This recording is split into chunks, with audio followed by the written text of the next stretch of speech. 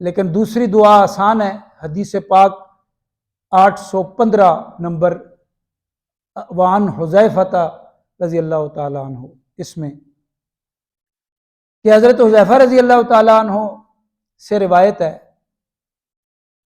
وہ فرماتے ہیں کہ رسول کریم صلی اللہ علیہ وسلم رات کو جب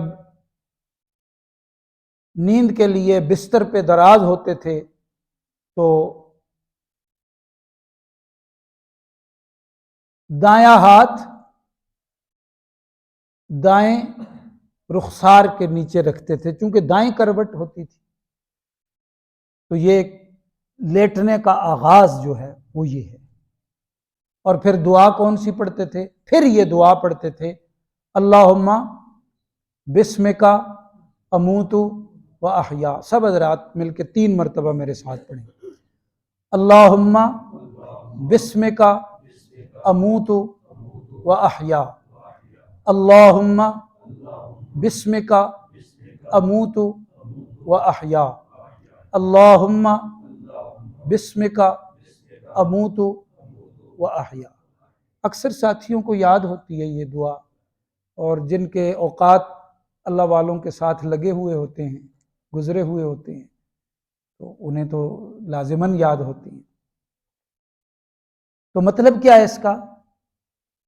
مطلب یہ ہے کہ میں اللہ تبارک و تعالیٰ کے مبارک نام کے ساتھ سوتا ہوں اور بیدار ہوں گا، ٹھیک ہے؟ یہ اموت و احیا اس معنی میں ہے۔ میں نے حدیث شریف کی وضاحت میں جو ضمنی گزارشات ہیں وہ پیش کر دی تھی کہ اموت اور احیا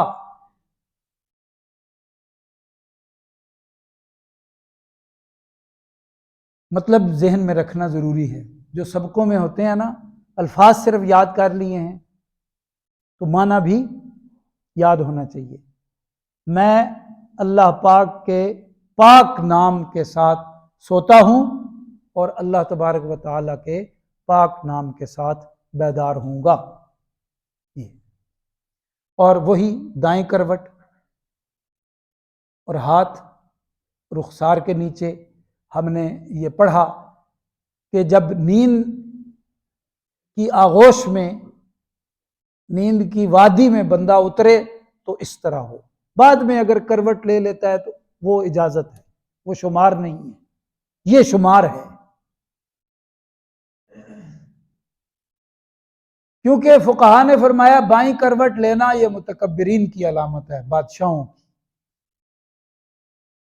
الٹا لیٹنا شیطان کا طریقہ ہے، سیدھا لیٹنے کی اجازت ہے، بلکہ اگلا باب آ رہا ہے اس میں ہم پڑھیں گے، اس میں انہوں نے فرمایا کہ یہ ابراہیم علیہ السلام سے ثابت ہے، واللہ اعلم۔ لیکن بائیں کروٹ اور الٹا لیٹنا یہ کیا ہے؟ یہ منع ہے۔ اور حدیث پاک میں ہم نے پڑھا، وہ صحابی فرماتے ہیں میں مسجد میں الٹا لیٹا ہوا تھا پیٹ کے بل، تو حضور علیہ السلام نے میرا پاؤں حرکت دے ہلا کے فرمایا اس طرح لیٹنا ایسے ہے جیسے اللہ پاک کو غضب کی دعوت دینا۔